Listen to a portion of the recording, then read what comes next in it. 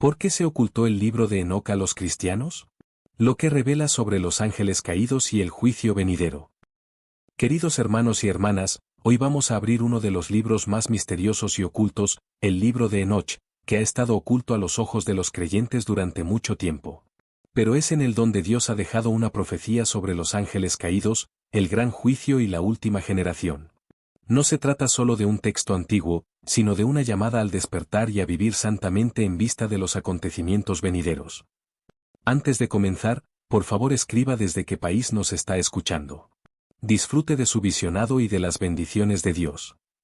En la historia del cristianismo, hay textos cuya ausencia silenciosa habla más alto que su presencia. El libro de Enoch es uno de ellos. Su autoría se atribuye al antiguo justo Enoc, de quien se dice brevemente en el Génesis: Enoc anduvo delante de Dios y ya no existe, porque Dios se lo llevó. Este hombre enigmático, que no probó la muerte, dejó tras de sí un libro lleno de profecías, imágenes del cielo, descripciones de los ángeles caídos y una descripción del juicio final. Aunque el libro en sí no figura en el canon de la mayoría de las Biblias cristianas, su influencia en la teología, el misticismo e incluso el Nuevo Testamento no puede exagerarse. Los orígenes del libro de Enoch se remontan al siglo III a.C. Se cree que fue escrito en arameo y hebreo y luego traducido al griego y más tarde al ge'ez, la lengua sagrada de Etiopía. Hasta el siglo XIX, el libro estuvo completamente perdido para la tradición occidental. Sin embargo, se conservó y honró en la Iglesia Ortodoxa etíope, donde sigue formando parte del canon bíblico. En 1773, el viajero escocés James Bruce trajo manuscritos del libro de Enoch a Europa y pronto los eruditos redescubrieron el texto, como una profecía oculta a la espera de ser descubierta. ¿Por qué no se incluyó en el canon de las Escrituras? En la época de la creación del canon, en torno al siglo IV, los dirigentes de la Iglesia Occidental intentaron recopilar solo aquellos libros que no fueran controvertidos, coherentes doctrinalmente y aceptados universalmente. El libro de Enoch parecía demasiado místico, su lenguaje demasiado atrevido y sus imágenes demasiado aterradoramente reales. Describía ángeles caídos en unión con mujeres humanas, el nacimiento de gigantes, el juicio de seres espirituales y visiones del trono de Dios. Para algunos, era demasiado. Se temía que la gente se confundiera o se llevara al extremo del misticismo. Por eso quedó fuera del canon, aunque fue leído, copiado y citado en los primeros siglos. El hecho mismo de que el libro de Enoch se cite en el Nuevo Testamento, en la epístola de Judas, atestigua su importancia. El apóstol Judas no solo menciona a Enoch, sino que se refiere directamente a su profecía: he aquí que el Señor viene con la oscuridad de sus santos para ejecutar el juicio sobre todos. Estas palabras coinciden casi literalmente con pasajes del libro de Enoch. Esto significa que los apóstoles conocían este texto, lo consideraban digno de atención y probablemente lo utilizaban como fuente de revelación de inspiración divina. Es difícil sobrevalorar este hecho, sobre todo si tenemos en cuenta la dureza con la que el Nuevo Testamento trata las falsas enseñanzas y los apócrifos. De hecho, Enoc fue aceptado en el círculo del conocimiento sagrado, aunque posteriormente fue excluido por motivos políticos más que espirituales. Los primeros cristianos trataron el libro con respeto. Clemente de Alejandría, Tertuliano, Ireneo de Lión, muchos padres de la Iglesia mencionaron el libro de Enoch, lo citaron y especularon sobre su significado. A los cristianos, que vivían en condiciones de persecución y guerra espiritual, les interesaba especialmente. Al fin y al cabo, las imágenes descritas en el libro de Enoch son la lucha entre la luz y las tinieblas, los justos y los caídos, la inevitabilidad del juicio y la esperanza de la redención. Es un mensaje de que Dios lo ve todo y ningún mal se oculta a sus ojos. Cuando lees Enoch con el corazón abierto, te das cuenta de que no es solo un texto antiguo, sino la voz de un antiguo profeta que nos advierte de la realidad de la guerra espiritual. ¿Por qué ha caído en el olvido? Tal vez porque revela con demasiada claridad las fuerzas ocultas de las que no se habla en voz alta. Quizá porque muestra con demasiada claridad que el juicio de Dios no es solo una imagen o una metáfora, sino una realidad inminente. Y quizá porque recuerda demasiado al hombre moderno: la vida no se limita a lo visible. Hay un mundo invisible en el que se libra la batalla por cada alma, y cada uno de nosotros es un participante, nos guste o no. ¿Es actual el libro de Enoch? Más que actual. En un mundo donde el mal se ha convertido en una realidad cotidiana, donde la ceguera espiritual se considera la norma y el pecado es una elección, la voz de Enoch hace sonar una campana de alarma. Nos recuerda que existen leyes eternas, que los ángeles no se quedan de brazos cruzados y que el juicio de Dios no es un espantajo, sino una verdad que debemos aceptar no con horror, sino con temblor. Sus profecías no son un mito, sino un espejo en el que debemos mirarnos con oración: Señor, purifícame para que pueda resistir en tu día. El libro de Enoch es un desafío. Un desafío a nuestra indiferencia espiritual, a nuestra pereza, a nuestro miedo a mirar más profundamente. Pero es en este desafío donde nace la fe, una fe que puede llevarnos a través de las pruebas. Y quizá ahora sea el momento en que Dios vuelva a alzar la voz de Enoch para advertir y despertar. El que escucha, que oiga lo que el Espíritu dice a las iglesias. El libro de Enoch es como abrir un velo tras el que rara vez miran incluso quienes se consideran seguros de su fe. Contiene no solo la historia de un hombre antiguo, sino también una visión profética del mundo invisible donde comenzó la tragedia de la humanidad, y donde terminará. En esta sección, Enoch nos adentra en el corazón de una batalla que comenzó mucho antes del diluvio, mucho antes de Moisés e incluso mucho antes del nacimiento de Cristo. Es la historia de ángeles caídos, gigantes y un juicio divino ante el que tiemblan incluso los cielos. ¿Quiénes son los Nefilim?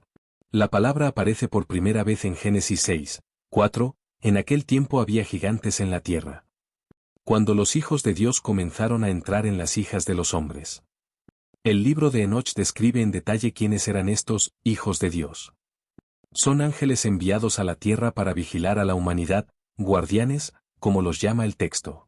Pero en lugar de obedecer a Dios, codiciaron a las hijas de los hombres, bajaron a la tierra y entablaron relaciones con ellas.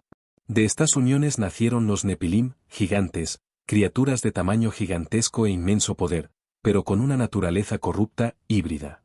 Estas criaturas no solo destruyeron la tierra, sino que exterminaron a la humanidad derramando sangre, fomentando la idolatría y enseñando el mal.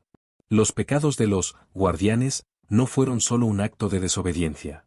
Fue una violación espiritual del mundo, una invasión del orden de Dios, una ruptura de los límites entre lo celestial y lo terrenal. Los ángeles encargados de la vigilancia se convirtieron en seductores y destructores. Enoch escribe que enseñaron a la gente conocimientos prohibidos, hechicería, fabricación de armas, cosméticos, astrología.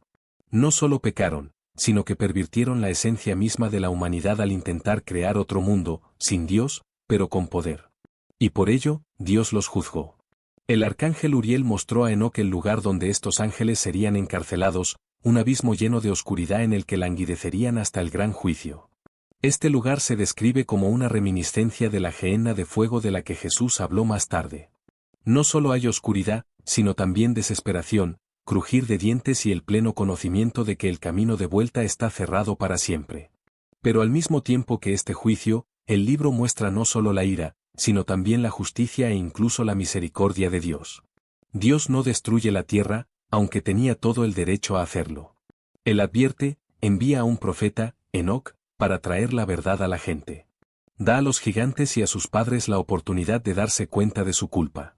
Enoch transmite las plegarias de estos espíritus caídos, pero la respuesta de Dios se mantiene firme, sabían lo que hacían. Incluso aquí, sin embargo, es evidente un elemento de orden divino. Dios no actúa con venganza, sino con la plenitud de la justicia. Pesa, advierte, anuncia y cumple, no por malicia, sino por amor a su creación. Enoch no solo ve oscuridad y juicio. Ve el cielo. Describe el trono resplandeciente de Dios, rodeado de gloria y pureza fuera del alcance de los caídos. Ve a los ángeles que no han cambiado de lugar y a los que sirven a Dios día y noche. Escucha el canto de los santos, aquellos cuya sangre clama desde la tierra, y aprende, nada está olvidado. Ni una lágrima del justo, ni una oración de la viuda, ni una gota de sangre inocente pasan desapercibidas. Todas estas cosas están guardadas en el trono y a su tiempo serán respondidas. Es interesante observar cómo el libro de Enoch se parece al Apocalipsis de Juan. Los mismos temas, ángeles caídos, el abismo, el gran juicio, el libro de la vida, el Hijo del Hombre que viene con miles de santos. El apóstol Juan, que vio el Apocalipsis en Patmos, parece continuar la línea iniciada por Enoch. La imagen del Hijo del Hombre sentado en un trono y juzgando al mundo no es solo una revelación del Nuevo Testamento, sino también una antigua profecía. Muestra la unidad de las Escrituras y la continuidad del plan de Dios. Lo que comenzó en los días anteriores al diluvio llegará a su fin en nuestro tiempo. Aquello de lo que habló Enoch se está cumpliendo ante los ojos de todo aquel que tenga ojos para ver y corazón para comprender. Hoy, cuando leemos este libro, nos encontramos con algo más que historias antiguas. Vemos la realidad espiritual en la que vivimos. El mundo está de nuevo lleno de violencia, impureza y adoración de ideales caídos.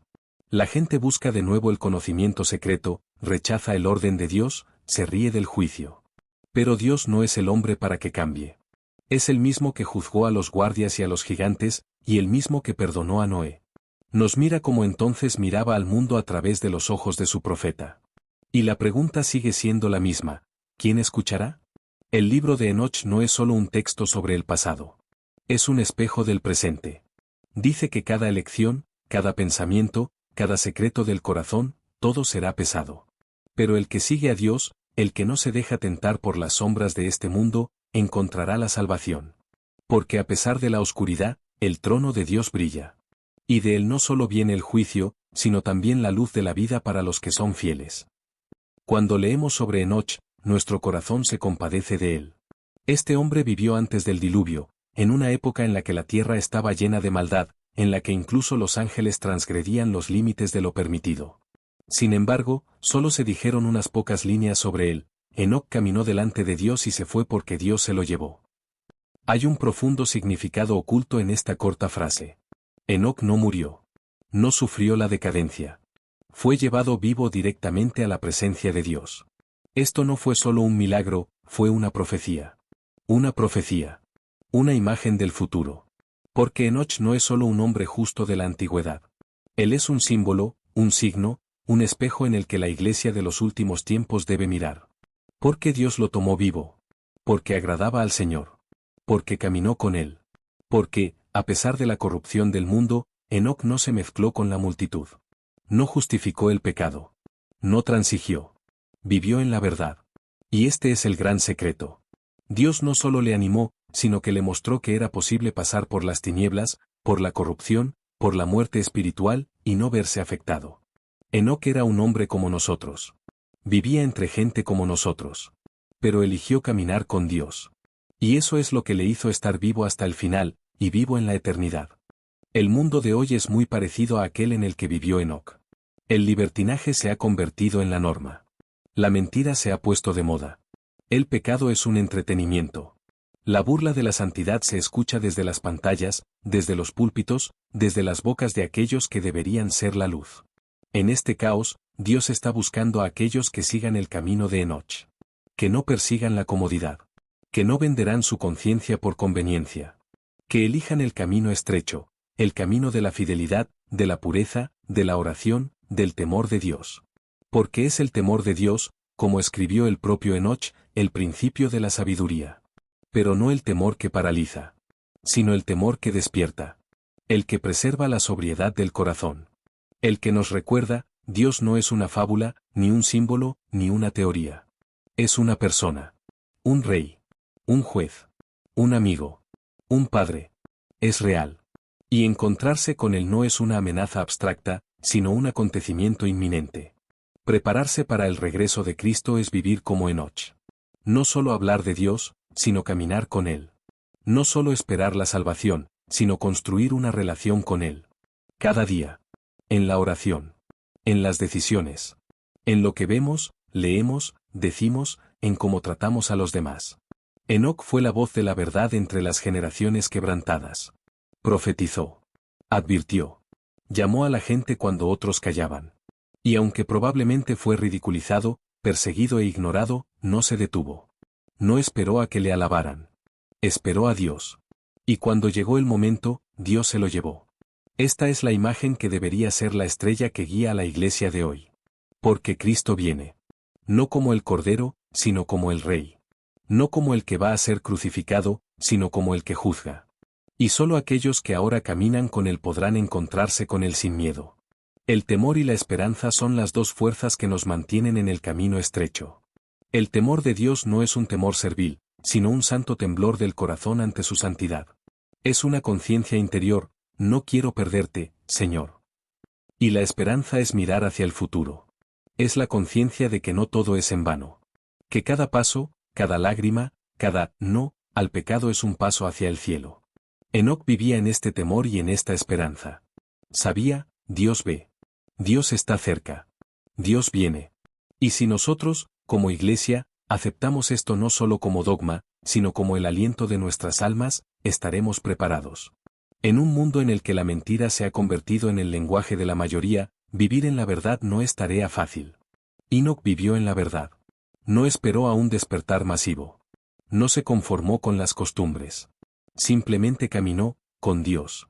Por su cuenta. Contra la corriente. Sin ninguna garantía de éxito. De este modo, se convirtió en un símbolo no solo de fe, sino también de fuerza, valor y compromiso. Hoy, estamos llamados a hacer lo mismo. A ser una voz en el desierto. A ser una luz en la oscuridad.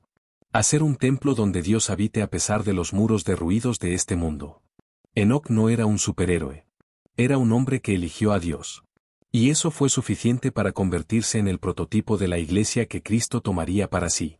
No muerto. No cansado. Sino vivo. Caminando con Dios. Consagrada. Puro. Preparado. Dejemos que este antiguo hombre justo se convierta no solo en una página de un libro, sino en un recordatorio para nosotros. Es posible ser llevado. La clave está en caminar. Con Dios. Hasta el final. Amén. Queridos cristianos, gracias por escuchar hasta el final. Suscríbete al canal, da likes para promover la palabra de Dios y escribe tus pensamientos sobre esta parábola en los comentarios. Compártelo con tu familia y amigos y serás recompensado. Bendiciones de Dios y hasta pronto.